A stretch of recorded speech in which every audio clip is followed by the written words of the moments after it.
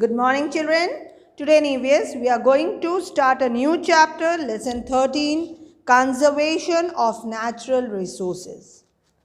Natural resources जो हमारे हैं उनको हम कैसे conserve कर सकते हैं.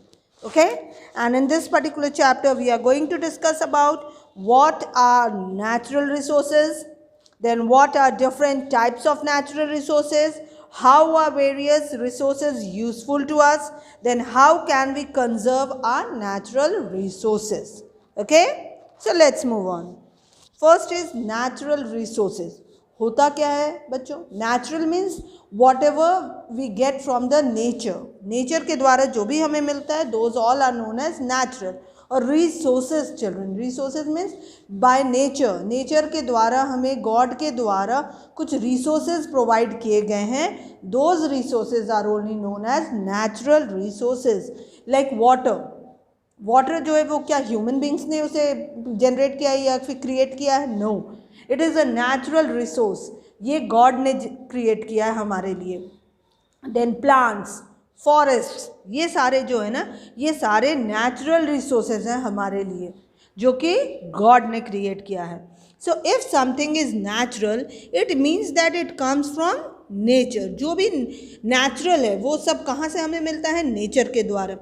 If something is a resource, it means that it is valuable for humans and can be used by them. Obviously जो भी नेचर के द्वारा हमें मिला है वो बहुत ही वैल्यूएबल है हमारे लिए, हम ह्यूमन बींग्स के लिए, isn't it? So when we put the whole phrase together, ये पूरे फ्रेज को जब हम टुगेदर रखेंगे तो ये क्या बनता है? A natural resource is something that comes from nature and can be used by people to fulfill their needs. Clear? Now natural resources कौन कौन से होते हैं? इंक्लूड होते हैं इसमें एयर होता है, वाटर होता है, लैंड होता है, फॉरेस्ट होता है, सॉइल होता है, मिनरल्स होते हैं and many more children, etcetera etcetera etcetera. बहुत सारी ऐसी चीज़ें हैं जो कि नेचुरली हमें मिली है बाय गॉड. ओके, भगवान के द्वारा. We need some natural resources to stay alive and use others to make our lives better. So जो natural resources हमें भगवान ने दिए हैं ना, वो तो हमारे काम को बहुत easy करता है and even it helps us in the survival children. Okay, and lead a good life. Now natural resources are mainly of two types. दो types के होते हैं. कौन कौन से? Renewable and non-renewable natural resources. First, renewable resources में क्या क्या आते हैं? Resources that can be renewed in a relatively short period of time are called renewable resources. तो ऐसे resources जो short period में हम use करके उसे फिर से renew कर सकते हैं, that is known as renewable resources. Like water, soil, forest and animals are some renewable resources. Okay? Animals आप बोलोगे कैसे? तो animals गॉड गिफ्टेड है, तो एनिमल्स आपको मिल्क प्रोवाइड करते हैं, वूल प्रोवाइड करते हैं. तो क्या एक बार मिल्क दे के गाय जो है आपकी काऊ वो डाई हो जाती है? No, continuously it provides milk to you. तो क्या है? ये रेन्यूएबल हो रहे. काऊ डंग मिलता है हमें जिससे कि हम आपके like what we all say gases जो होते हैं ना, बायो गैसेस में जनरेट कर सकते हैं. We can use it as manures और fertilisers also sometimes. So it is again and again renewable things. Like water also, you use water. घर पे आप यूटेंसिल्स वॉश कर रहे हो, bathing and all, we use water, isn't it? And after using the waste water it moves again to the rivers and ponds और वो फिर से रिसाइकल हो सकते हैं, फिर से रेन्यूएबल हो सकते हैं. Then soil, again soil also children. So ये सारे जो नेचुरल रिसोर्सेज हैं ना, these all are the renewable resources. Okay, जो हम एक बार यूज़ करके स्टॉप नहीं होता है, वो डैमेज नहीं होता है and again it is being used. Okay, now next comes non renewable resources. What are non renewable resources? Non-renewable resources are resources that take a very long time, if ever, to be renewed. If used up completely, we will certainly not see them again in a lifetime. So non renewable जो होते हैं ना, वो ऐसे resources होते हैं जिन्हें हम एक बार तो यूज़ कर सकते हैं, but after that it is not possible to be used again and again like the renewable resources. Now, fossil fuels such as coal, petroleum, and natural gas take millions of years to form and are therefore non-renewable resources. See children, जो non-renewable resources हैं उन्हें generate होने में thousands and thousands of years लगता है. जो fossil fuels हम कहते हैं ना, उसे generate होने में thousands and thousands of years लगते हैं, but वो non-renewable होते. एक बार like पेट्रोल, आप पेट्रोल यूज़ करते हो व्हीकल्स में, व्हीकल्स रन होता है, क्या उसके बाद वो पेट्रोल रीयूज़ हो सकता है? No, it can't be. Why? क्योंकि वो बर्न हो जाता है.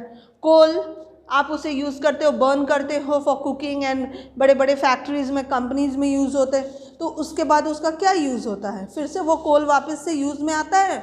No, again we can't use it.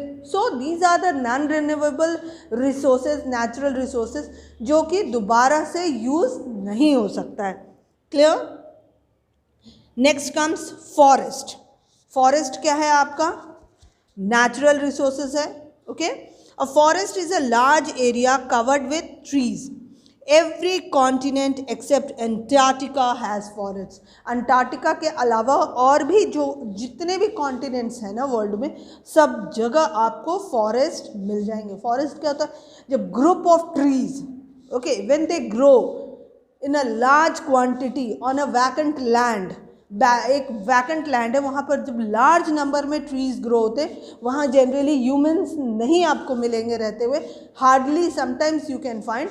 तो वो पर्टिकुलर जो एरिया, ह्यूज एरिया होता है ना, that is known as forest. No, forest are hugely important for life on earth. Let us learn about some of the uses. Forest के क्या क्या uses हैं हमारे लिए, बहुत ज़्यादा इंपॉर्टेंट है. अगर आपके एरियाज़ में या जहाँ आप रह रहे हो वह फॉरेस्ट नहीं है उस पर्टिकुलर स्टेट में, तो it's very very dangerous for the humans to survive. First, trees growing in forest absorb carbon dioxide and gives out oxygen. सबसे फर्स्ट प्रायोरिटी हमारी. thus forest purify the air. next, forest help to cause rain. trees absorb a lot of water from the soil. later excess water is released by their leaves as water vapor that helps in cloud formation and causing rain. तो बारिश होने के लिए भी forest का होना बहुत ज़रूरी है. फॉरेस्ट अगर आसपास में रहेगी तो क्या होगा? वो ज़्यादा से ज़्यादा कार्बन डाइऑक्साइड जो है उसे एब्जॉर्ब करेगी और आपको प्रोवाइड करेगी फ्रेश ऑक्सीजन. पोल्यूशन को वो कंट्रोल करेगी.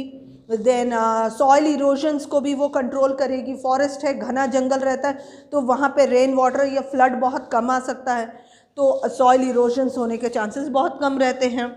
The land is always fertile. Forest serve as a home to millions of animals. Human beings को तो भगवान ने इतनी दिमाग दे रखी है कि yes, they are the learned peoples, कि उन्हें पता है कि उन्हें हाउस कैसे बिल्ड करना है, तो वो हाउस बिल्ड करके रह सकते हैं. They are having 2 hands and 2 legs, तो वो ईजिली कर सकते हैं. But the animals children who are having 4 legs, तो उनके लिए तो पॉसिबल नहीं है कि वो अपने घर बनाए. तो most of the animals you can से दे survive only in these jungles. ये उनका घर होता है जहाँ वो रह सकते हैं safely.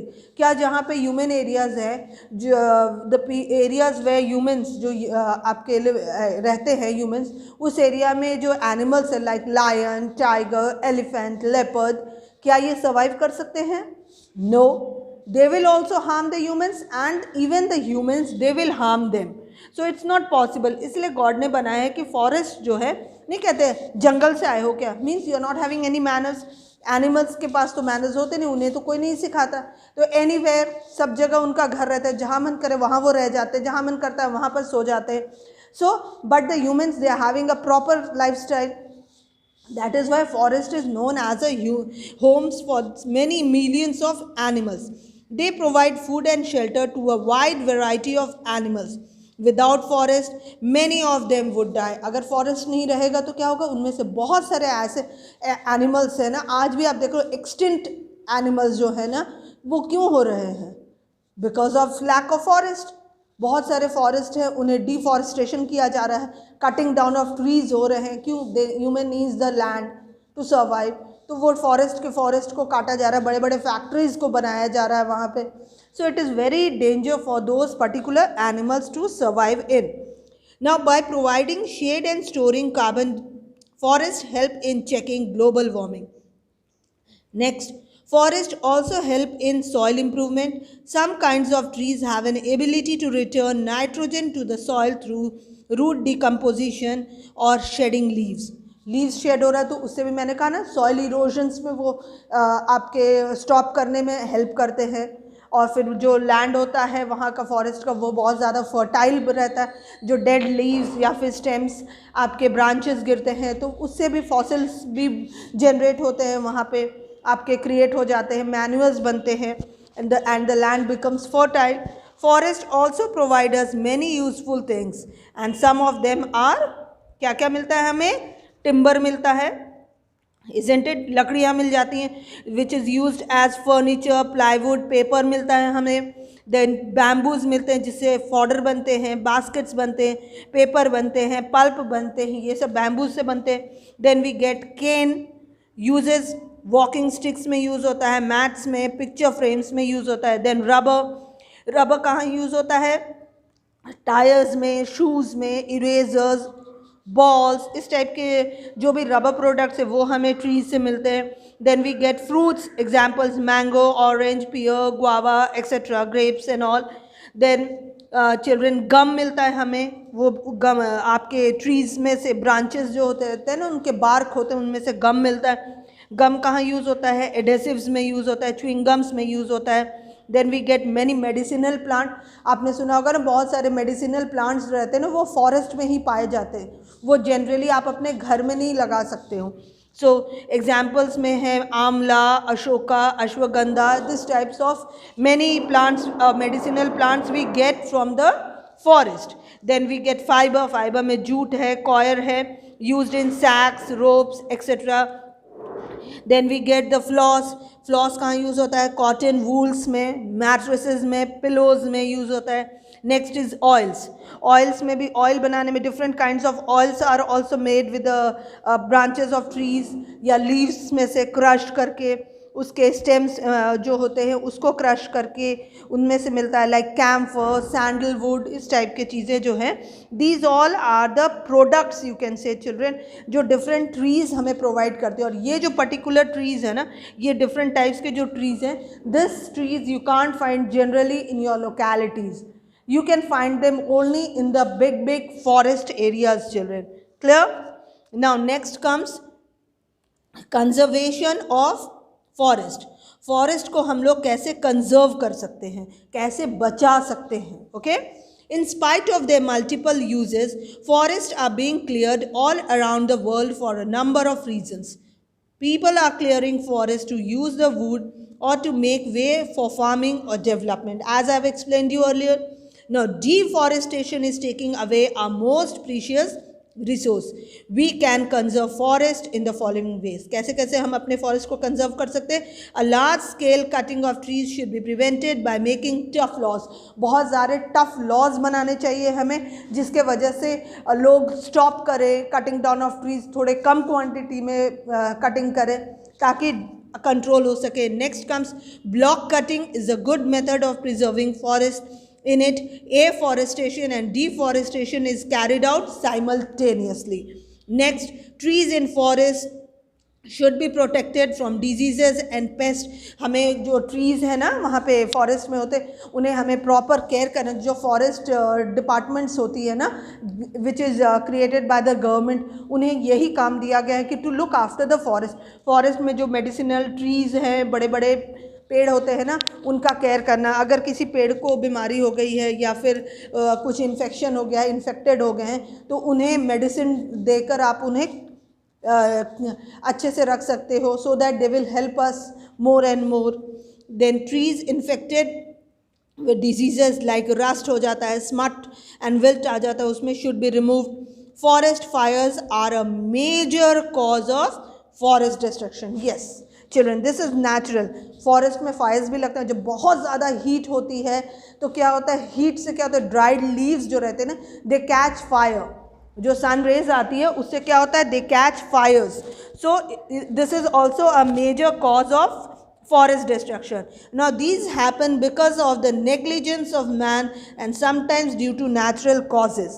We need to be very careful. हमें बहुत ध्यान देना चाहिए इस चीज़ को, क्योंकि एक प्लांट को ना बच्चों लगाने में, एक ट्री को ग्रो होने में बहुत साल लगते हैं, लेकिन उसे वेस्ट करने में मिनट्स नहीं लगता. सो अगर आग लग गई तो पूरा का पूरा ट्री तो वुड है, वो तो जल के फिनिश हो जाएगा. बहुत लोग क्या करते हैं, जाके फॉरेस्ट में पिकनिक्स मनाते हैं, they spend picnics over there. तो वहाँ पर क्या है कि वो फायर लगाते हैं, बॉन फायर्स जनरेट करते हैं. तो उससे क्या, अगर एक चिंगारी भी अगर ड्राइड लीव्स में लग गया तो उससे पूरा जंगल जो है ना वो कैच कर लेता है fire. So we should be alert and we should try to stop such things. In this way we can conserve our forest, which is a natural gift from God children. Thank you.